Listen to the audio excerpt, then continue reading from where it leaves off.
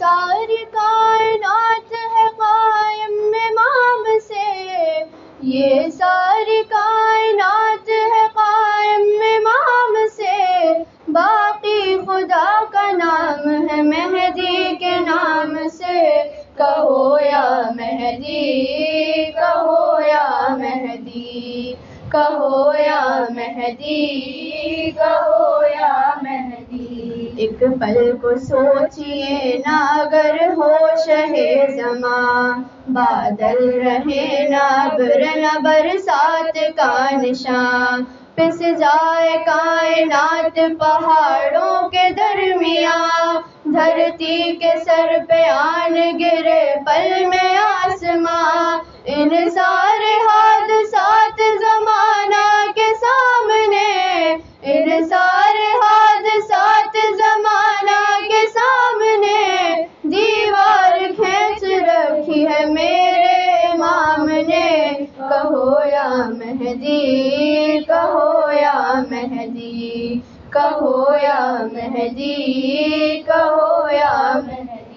وہ ہے تو کائنات ہے، وہ ہے تو زندگی، وہ ہے تو یہ نماز ہے، وہ ہے تو بندگی، وہ ہے تو آ رہی ہے صدا یا حسین کی، وہ ہے تو ہو رہا ہے جہاں میں علی علی، اب جو خلاف ذکر علی لب ہلائے گا، اب جو خلاف ذکر علی لب ہلائے گا، دنیا سے بے حساب جہنم میں جائے گا، کہو یا مہدی، کہو یا مہدی، کہو یا مہدی، کہو یا مہدی۔ اور محمد والے محمد صلی اللہ علیہ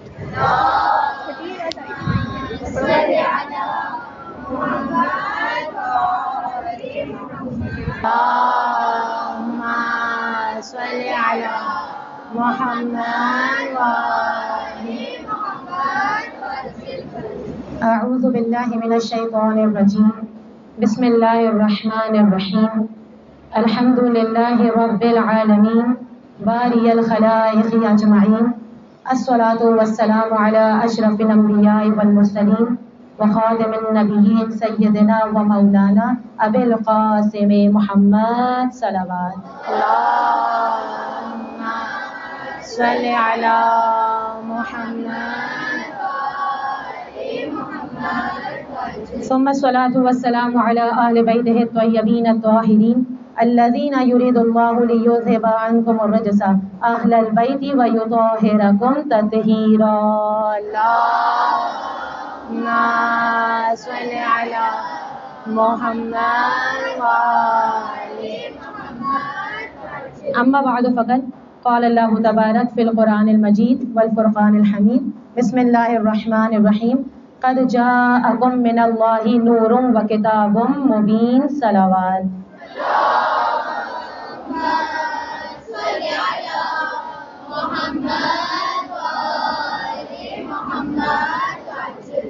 معزز سامعین کرام، السلام علیکم ورحمۃ اللہ وبرکاتہ۔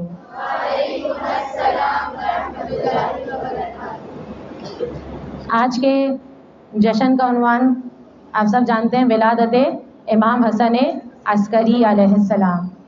اللہم صلی علی محمد وآل محمد۔ یہاں پہ یوں بھی کہہ سکتے ہیں کہ چوتھے علی کے ہاتھ میں ہے دوسرا حسن، چوتھے علی کے ہاتھ میں ہے دوسرا حسن، قرآن کی گود میں قرآن دیکھیے۔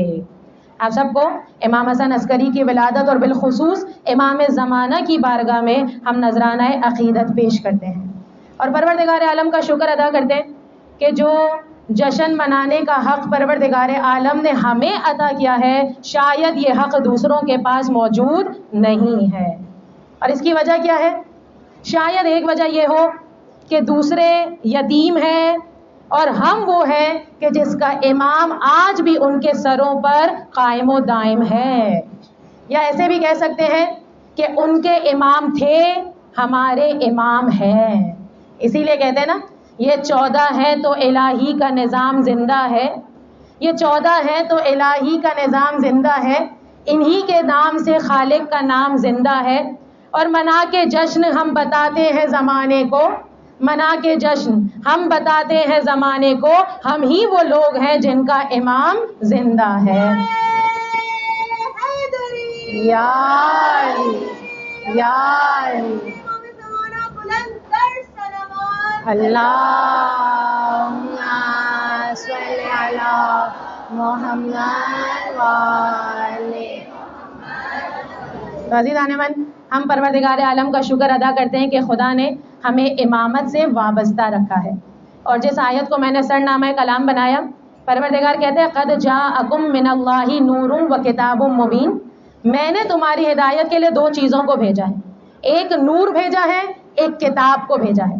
اور کتاب ہم سب کو پتہ ہے کتاب کون سی ہے، خدا کی کتاب قرآن مجید ہے. اور خدا کہتے ہیں قرآن کے ساتھ میں نے نور بھی بھیجا. اور اس نور کو سمجھانے کے لیے ایک چھوٹی سی اگزامپل آپ کے سامنے پیش کروں. مثال کے طور پہ آپ ایک کمرے میں بیٹھے ہیں، آپ کے پاس ایک کتاب ہے پڑھنے کو، لیکن اچانک سے اس کمرے میں لائٹ چلی جائے تو کیا آپ کتاب پڑھ سکتے ہیں؟ آپ کتاب نہیں پڑھ سکتے. کیوں؟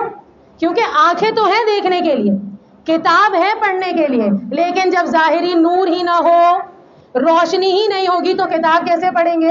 تو آپ سوچئے، ظاہری معمولی سی کتاب ظاہری نور کے نہ ہوتے ہوئے آپ نہیں پڑھ سکتے، تو قرآن جیسی کتاب کو آپ بغیر آل محمد کے کیسے سمجھ سکتے ہیں؟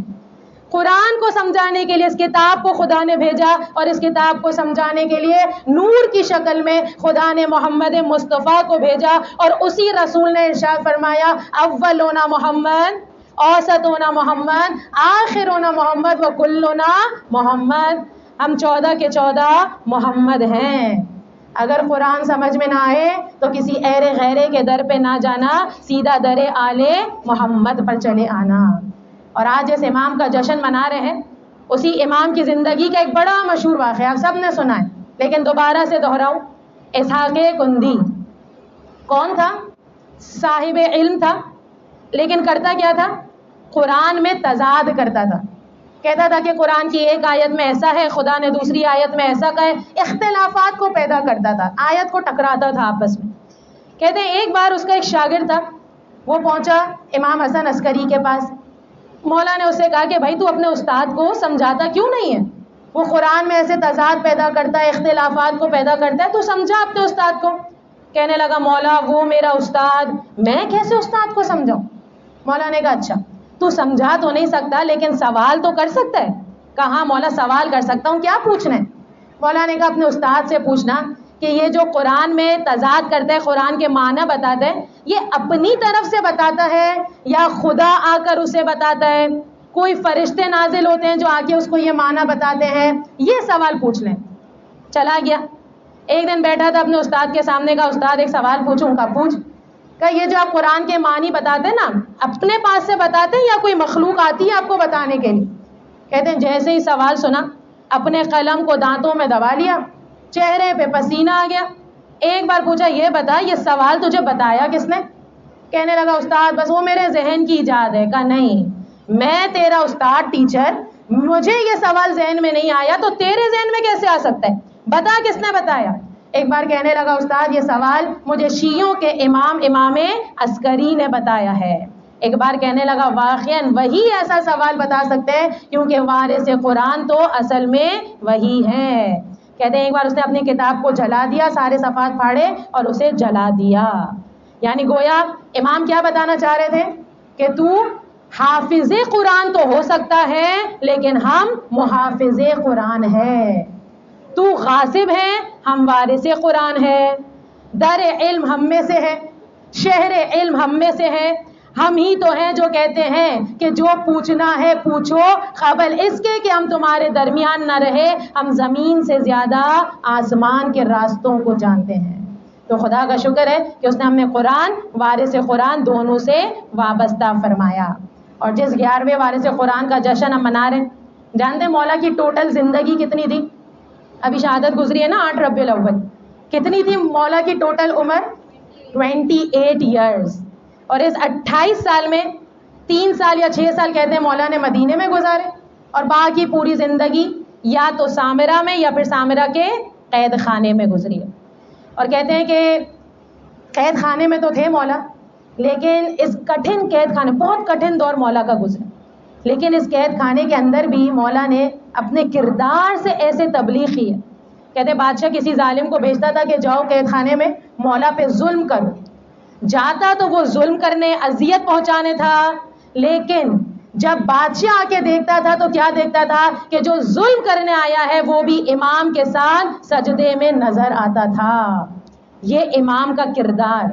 آپ سوچئے قید خانے کا ماحول ہے، کٹھن ماحول ہے، اس میں بھی مولا عبادت کر رہے ہیں. کیا عبادت کرنا آسان ہے؟ قید خانے جیسے ماحول میں مولا عبادت سے غافل نہیں ہو رہے. تو کیا ہمارے لیے یہاں پر درس ہے یا نہیں؟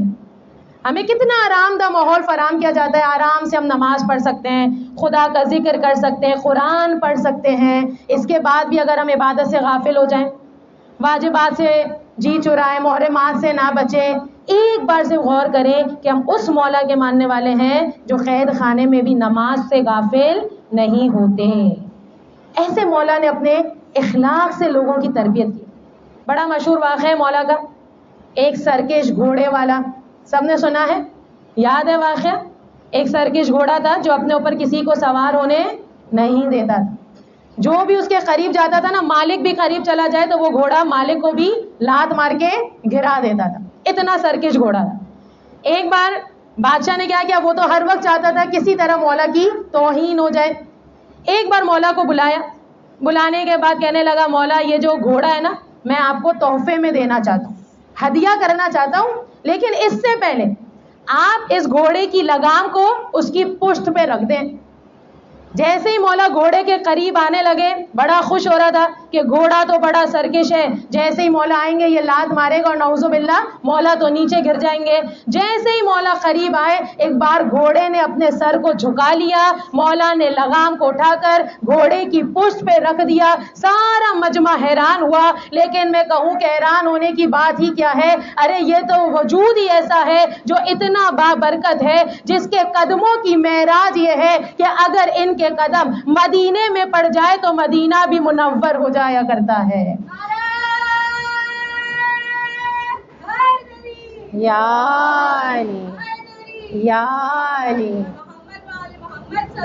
اللہم صلی علی محمد وعلی محمد. ان کے قدم اگر مکے میں پڑ جائے تو مکہ بھی معظمہ ہو جاتا ہے، ان کے قدم نجف میں پڑ جائے تو نجف بھی اشرف بن جاتا ہے، اور انہی کے قدم اگر کربلا میں پڑ جائے تو کربلا بھی معلی بن جایا کرتا ہے. تو یہ امام اپنی کردار سے سمجھا رہے تھے دنیا والوں کو کہ ایک ظالم بادشاہ جو گھوڑے کی لگام کو نہیں سنبھال سکتا وہ پوری دنیا کی حکومت کو کیسے سنبھال سکتا ہے.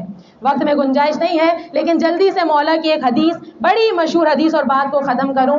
مولا نے کیا فرمایا، بہت مشہور حدیث، مومن کی 5 نشانیاں ہیں، جس میں سے سب سے پہلی نشانی کیا ہے، 51 رکعت نماز پڑھتا ہو.